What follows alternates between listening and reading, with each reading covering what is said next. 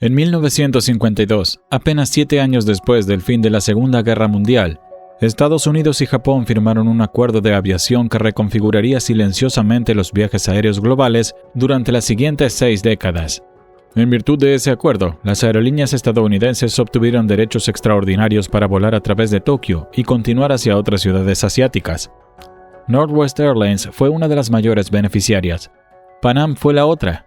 Estos no eran derechos de ruta ordinarios, eran derechos de quinta libertad, que permitían a una aerolínea estadounidense transportar pasajeros entre dos países extranjeros como parte de un servicio que comenzaba en su mercado de origen.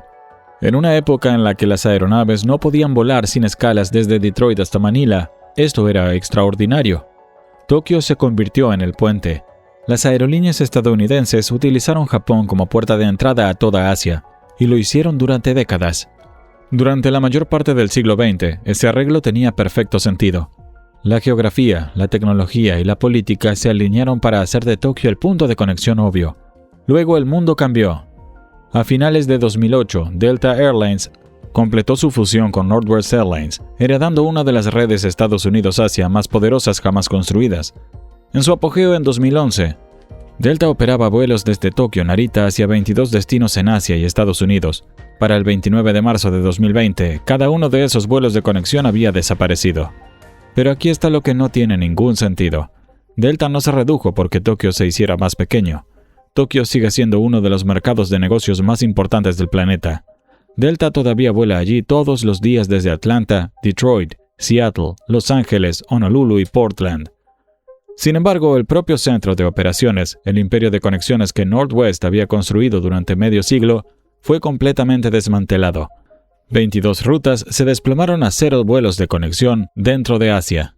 Una base de tripulantes de cabina que empleaba aproximadamente a 60 auxiliares de vuelo japoneses regulares y 95 por contrato fue cerrada por completo.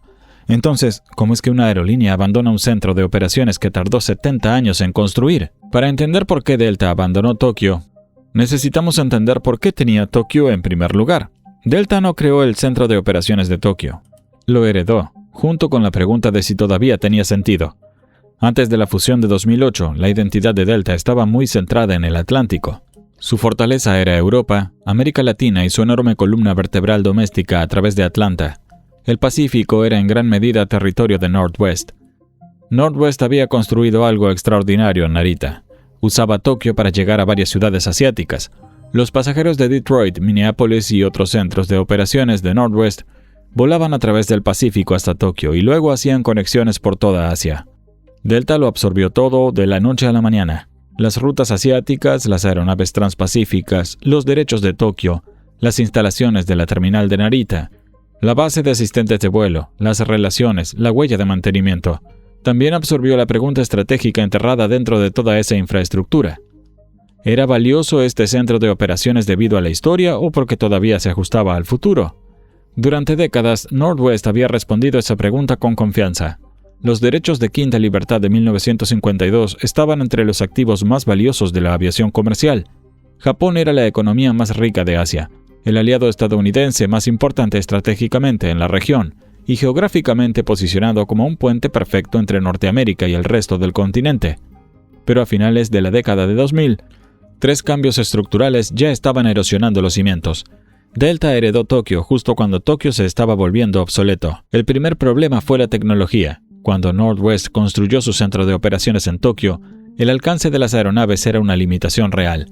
Un Boeing 747 podía cruzar el Pacífico, pero llegar a mercados asiáticos más lejanos desde los centros de operaciones estadounidenses sin escalas era imposible o comercialmente marginal. Tokio resolvió esto al actuar como punto de reabastecimiento y de concentración. Luego las aeronaves mejoraron. El Boeing 747-400 amplió el alcance considerablemente. El 777 hizo que el servicio sin escalas desde los centros de operaciones estadounidenses a los destinos asiáticos fuera rutinariamente viable. Después llegó el Airbus A330, luego el A350 y el Boeing 787 Dreamliner. De repente, las aerolíneas estadounidenses podían volar directamente desde sus centros de operaciones nacionales a Seúl, Shanghái, Pekín, Hong Kong, Taipei y Manila. Una vez que los vuelos sin escala se hicieron posibles, la preferencia de los pasajeros cambió de manera decisiva. Los viajeros de negocios prefieren universalmente los vuelos directos sobre los itinerarios con conexiones. Cuanto mejores eran las aeronaves, menos útil se volvía Narita. El segundo problema era que Asia misma se transformó. Narita se construyó para una Asia donde Japón era la puerta de entrada. Delta ahora volaba a un continente con muchas puertas de entrada. China pasó de ser un mercado periférico a uno de los sistemas de aviación más grandes del mundo. Corea del Sur convirtió el aeropuerto de Seúl-Incheon en un centro de conexiones hipereficiente. Singapur Changi, Hong Kong, Bangkok y Taipei maduraron hasta convertirse en importantes aeropuertos internacionales con sus propias y sólidas aerolíneas locales. Las aerolíneas asiáticas se convirtieron en competidoras formidables por derecho propio.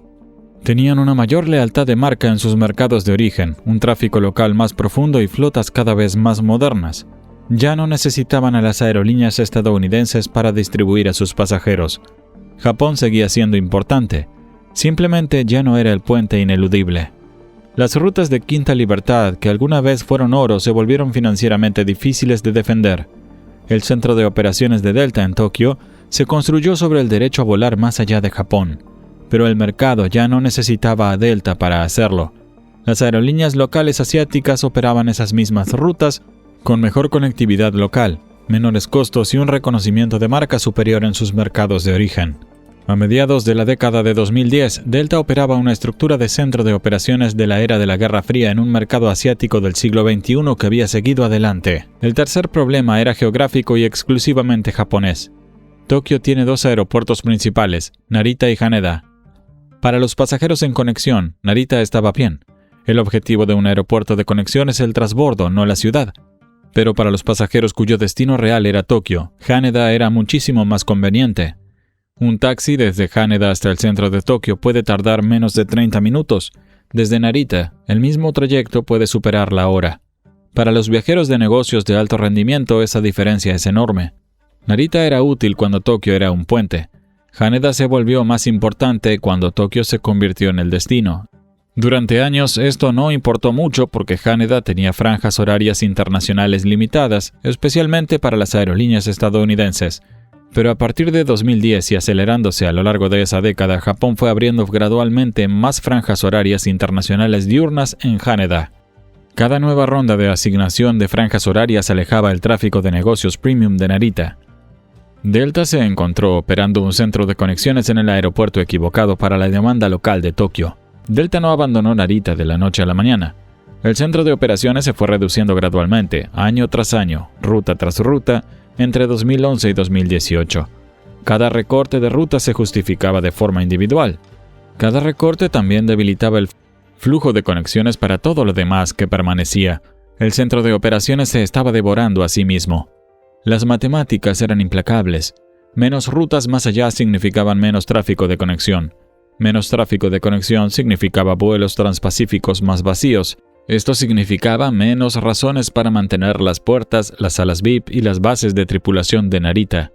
Para 2019, la operación de Delta en Narita era un esqueleto de lo que había sido. Delta no cerró un centro de operaciones próspero, sino los restos de uno. Pero hay una razón más profunda por la que el centro de operaciones de Delta en Tokio se desmoronó mientras United y American seguían prosperando en Japón. Todo se reduce a las alianzas, y aquí es donde la historia se vuelve genuinamente interesante. United Airlines tiene a All Nippon Airways a través de Star Alliance. American tiene a Japan Airlines a través de One World. No son relaciones casuales de código compartido, son profundas empresas conjuntas transpacíficas con repartos de ingresos, horarios coordinados y redes integradas. A través de ANA y HAL, United y American Airlines obtuvieron acceso a un enorme tráfico doméstico japonés y una conectividad regional asiática que sus propias flotas no podían proporcionar. Sus vuelos a Tokio no dependían únicamente del tráfico originado en Estados Unidos. Delta no tenía ningún socio japonés equivalente. Había heredado la flota de Northwest y los derechos de Northwest, pero no contaba con una contraparte de la alianza SkyTeam dentro de Japón. Delta tenía los antiguos derechos, sus rivales tenían los socios modernos. Esto dejó al centro de operaciones de Delta en Tokio estructuralmente aislado. Sin tráfico local, Delta tenía que depender por completo de sus propias aeronaves para llevar pasajeros a Tokio y distribuirlos por toda Asia. Ese modelo funcionaba en 1985. Era insostenible para la década de 2010. Delta lo sabía. en 2015 la tercera aerolínea más grande de Japón. La aerolínea de bajo costo Skymark se declaró en quiebra. Poseía 36 codiciadas franjas de aterrizaje en Haneda.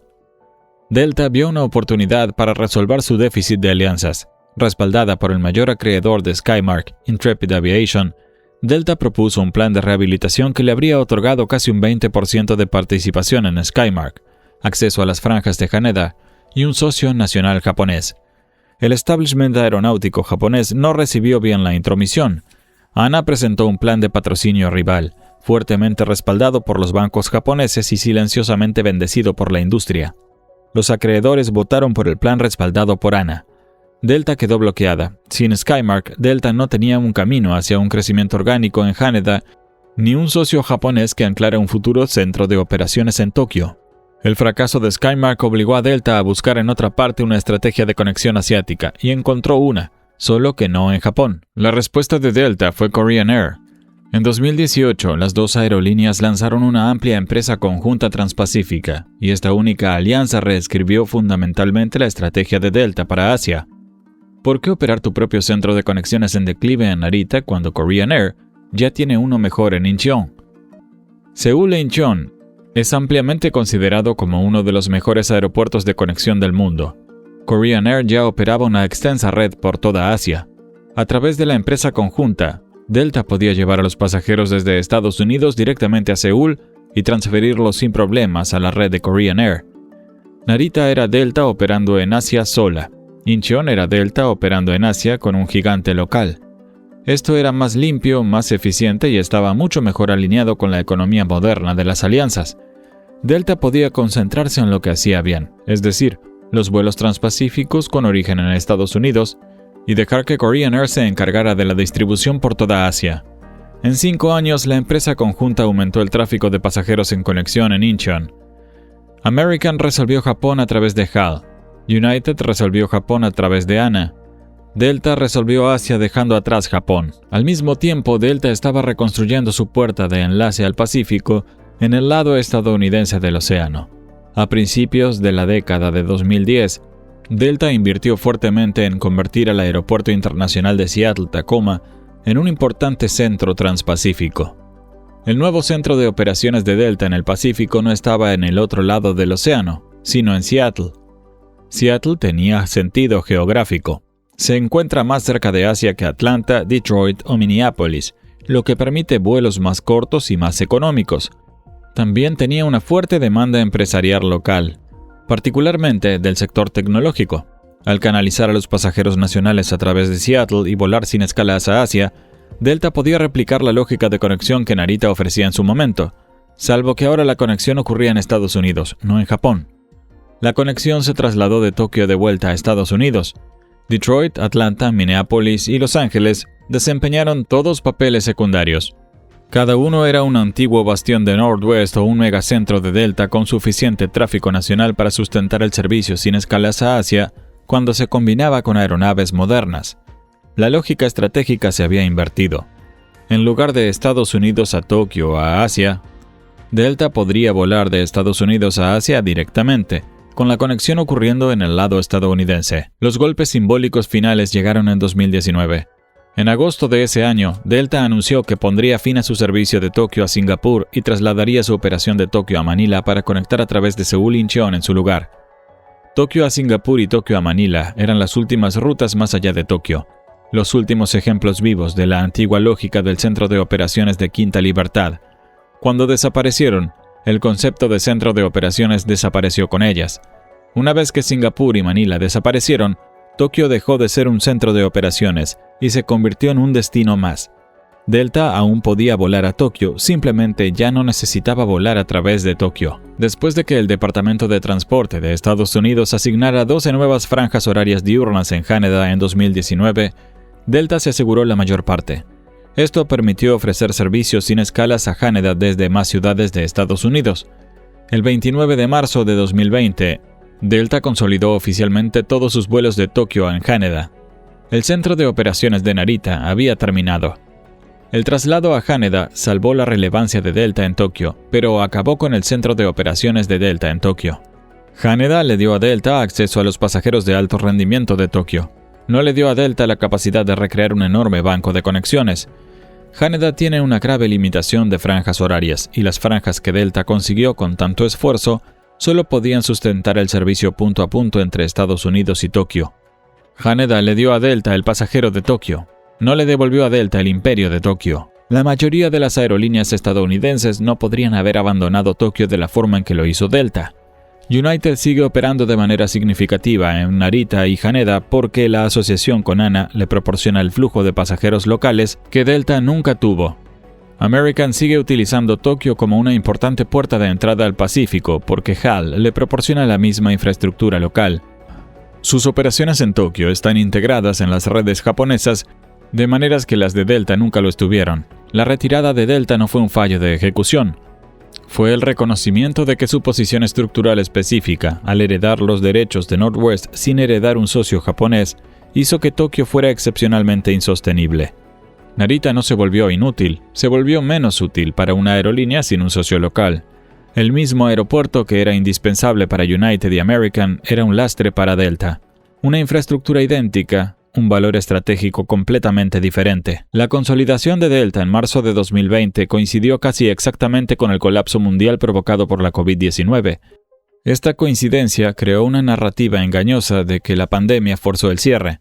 La COVID no acabó con el centro de operaciones de Delta en Tokio, simplemente llegó al funeral.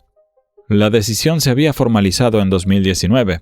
Los recortes de ruta llevaban produciéndose casi una década. La empresa conjunta con Korean Air ya estaba operando. El giro hacia Seattle ya estaba consolidado. La COVID fue simplemente el signo de puntuación de una frase que ya estaba escrita. Delta no se fue de Tokio porque Tokio dejara de importar. Dejó Narita porque Tokio importaba de manera diferente. Hoy, Delta opera un programa simplificado de vuelos punto a punto desde Haneda, con vuelos desde Atlanta, Detroit, Honolulu, Minneapolis, Seattle y Los Ángeles. El centro de operaciones desapareció. El acceso al mercado permanece. 7 décadas después, la retirada de Delta representa todo lo contrario. No es un compromiso forzado por las circunstancias, sino una decisión deliberada de desmantelar un imperio heredado porque el mundo que lo hizo valioso ya no existía.